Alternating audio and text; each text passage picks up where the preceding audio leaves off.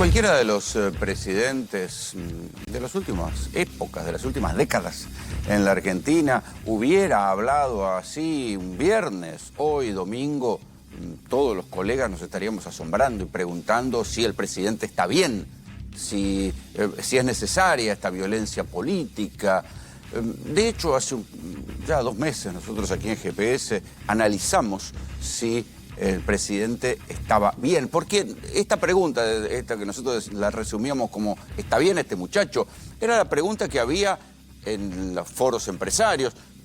Atención, todo lo que les vamos a contar esta noche en GPS está visto desde el punto de vista de los debates de aquellos que simpatizaban con Milei. Nosotros no vamos a citar argumentos de la oposición o de los que vienen criticando la gestión Milei ya desde el comienzo. Vamos a analizar las discusiones internas que hay, sobre todo entre los que apoyaban a Milei y los que ven con estupor esto.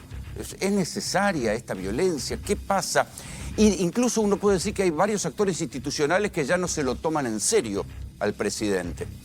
¿Por qué? Porque si un presidente que va diciendo la cantidad de cosas que va diciendo Milei con la gravedad que tienen esos argumentos, por lo menos desencadenaría a pedidos de informes o denuncias en la justicia penal de sus propios diputados, sus propios alfiles o del propio gobierno, o bien de fiscales que investigarían de oficio. Sin embargo, nada de eso sucede.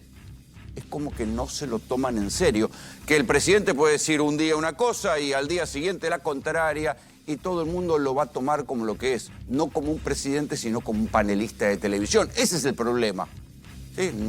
Se ha degradado el valor de la palabra del poder.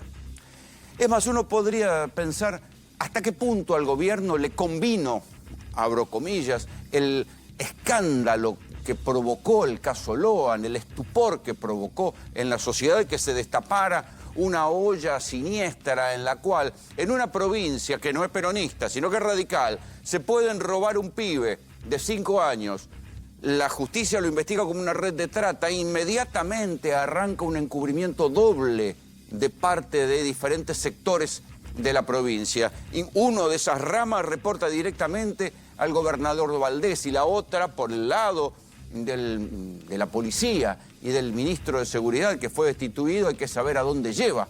Pero lo que se ve es que cuando estalló el secuestro de Lohan, la provincia quiso encubrir, y nosotros también lo dijimos aquí en nuestro último GPS, que lo que había era un caso de encubrimiento de Estado.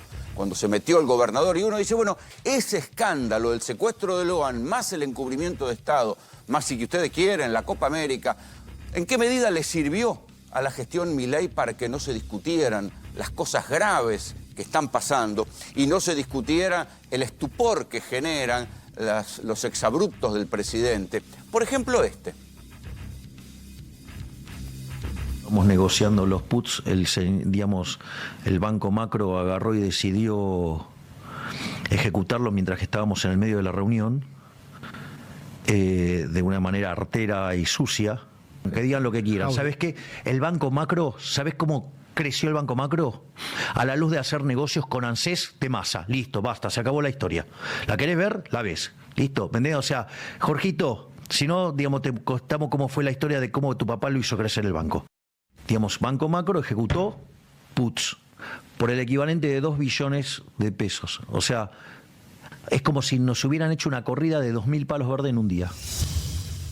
La cuestión es medio técnica, pero eso de ejecutar los puts, que son seguros, es una decisión legal. Está dentro de lo previsto y de hecho no es el único banco, el Banco Macro, el que ejecutó puts. También hubo otros bancos como el Galicia que hicieron lo mismo. Y es más, una semana después, el gobierno terminó convocando a los bancos para encontrar una manera de licuar y de cambiar esos puts por bonos. Es muy técnico, no los voy a aburrir con esto. Pero si hubiera un banco que está teniendo actitudes golpistas, es difícil de entender como actitudes golpistas, algo que es legal, ¿sí? Pero si hubiera un banco que está teniendo nada menos que actitudes golpistas, uno puede decir, che, los fiscales, ¿por qué no investigan? ¿Por qué no lo denuncia el propio gobierno? Porque no lo pueden denunciar porque saben que es falso, que no es ilegal. Entonces, ahí es donde uno dice, che, pero ¿por qué hablan en este tono cuando después saben que nadie les va a dar pelota? ¿Sí? Porque no hay nada de ilegal. El propio Milei echó a uno de sus asesores, a Fausto Espotorno, diciendo que se había robado, poco menos que se había robado información estratégica trabajando como asesor del gobierno. En verdad, Espotorno lo que hizo fue criticar una medida del ministro de Economía Caputo y, como suele suceder en estas épocas, lo echaron por un tuit o por algún influencer, y Milei lo terminó echando, ¿no? Y ahí está. Dice, uno traicionó porque quería afanarse información confidencial para hacer más rentable la consultoría. Lo dice el presidente. En cualquier país serio esto merecería una investigación de algún fiscal, la denuncia de algún diputado, el propio gobierno lo denunciaría. No, no denunciaron nada porque saben que esto es zaraza, que no lo pueden sostener. Porque si tuvieran las pruebas para decir que Espotorno se robó algo, lo hubieran denunciado a la justicia y no pasó nada. El otro lo hizo después de fracasar en imponer su agenda prebendiaria. Esto por Teddy Caragosian, ¿sí? Un empresario textil que fue eyectado también del Consejo de Asesores de Milei porque, claro, con toda lógica, ve venir un aluvión de importaciones. Él es un empresario textil nacional que también nosotros hemos dicho, che, que algún día expliquen los textiles cómo hacen para que durante todos los años posteriores a la pandemia siempre el costo de la ropa estuvo por arriba de la inflación. Y uno dice, bueno, cazaban el zoológico porque no podían competir con las importaciones. Eso es otro debate. Lo cierto es que a Teddy Caragosian también lo echaron en 10 minutos. Pero, ¿dónde están las denuncias contra Espotorno si efectivamente se robó algo? Nada. Al presidente nadie le da pelota, no le creen, o ni él se cree lo que dice. Escuchen todo esto, porque esto todavía es más delirante. Lo que dice Milei de un funcionario del FMI. Hubo complicidad del jefe de la misión del fondo con el gobierno anterior para ocultar adentro del balance del Banco Central eso. ¿Quién era el jefe de la misión del fondo? El que sigue siendo ahora. El jefe de la misión del fondo fue ministro de Economía de Bachelet, digamos, en el segundo gobierno, que causó el desastre que causó en Chile. ¿Estás hablando de Rodrigo Valdés? Sí, exactamente. ¿Por qué le permitían todo a Massa? ¿Por qué? Porque el gobierno anterior era Foro de San Pablo, era Grupo Puebla. Nosotros sobrecumplimos todo y todo el día, digamos, están, digamos, poniendo peros.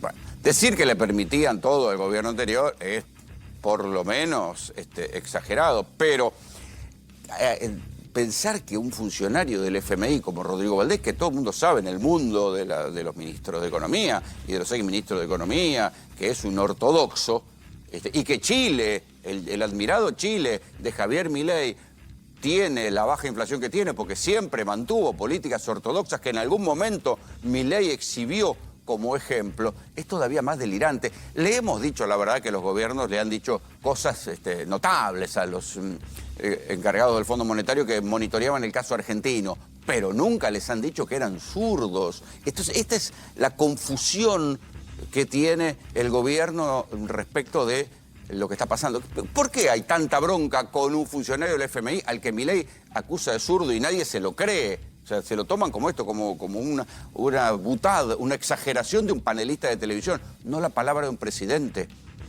¿Por qué? Porque el Fondo Monetario le está diciendo, oiga, maestro, este dólar así no se sostiene, usted va a tener que devaluar, que es lo mismo que le decían a Massa. Y acuérdense que después de las PASO le pedían a Massa una devaluación del 100% y Massa terminó devaluando un 22% y así se le terminó disparando la inflación y buena parte de eso contribuyó a que perdiera las elecciones. Esa devaluación que no pudo frenar porque el Fondo Monetario le venía exigiendo devalúa y tuvo que devaluar y esto le terminó arruinando el tramo final de la campaña inmediatamente después de las PASO.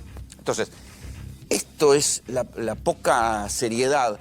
Y ahí es donde uno dice, che, pero el gobierno, incluso cuando uno escucha las discusiones internas, hoy van a ver un informe de Fernando Cerolín sobre por qué los mercados, no la izquierda, no el peronismo, no, los mercados están empezando a tomar distancia de las medidas de Milei porque el Fondo Monetario le está pidiendo una devaluación, el campo le está pidiendo una devaluación.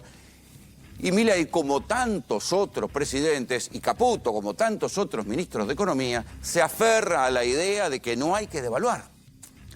Pero todo esto estamos hablando de la crisis que hay en el mundo Milei respecto de lo que a él le importa, que son los mercados, las cosas financieras, la estabilidad monetaria, el déficit. De todo lo otro le importa un carajo. O sea, las industrias, la economía real, la caída del salario, la pobreza, todo eso son como variables menores que al presidente no le importan, porque si le importaran, empezaría a tomar nota.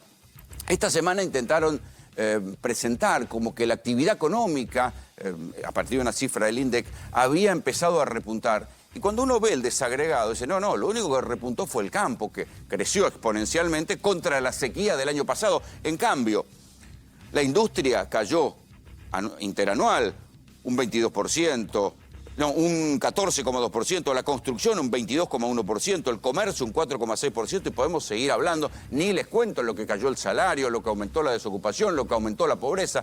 De todo eso venimos hablando en GPS a lo largo de estos meses de gestión de Milei. Pero todo eso Milei no habla, ni va a hablar, porque no le interesa, no le importa. Los propios tipos que están con él dicen, no, a él solo le interesa lo que pasa en los mercados, y es ahí donde ahora hay una discusión.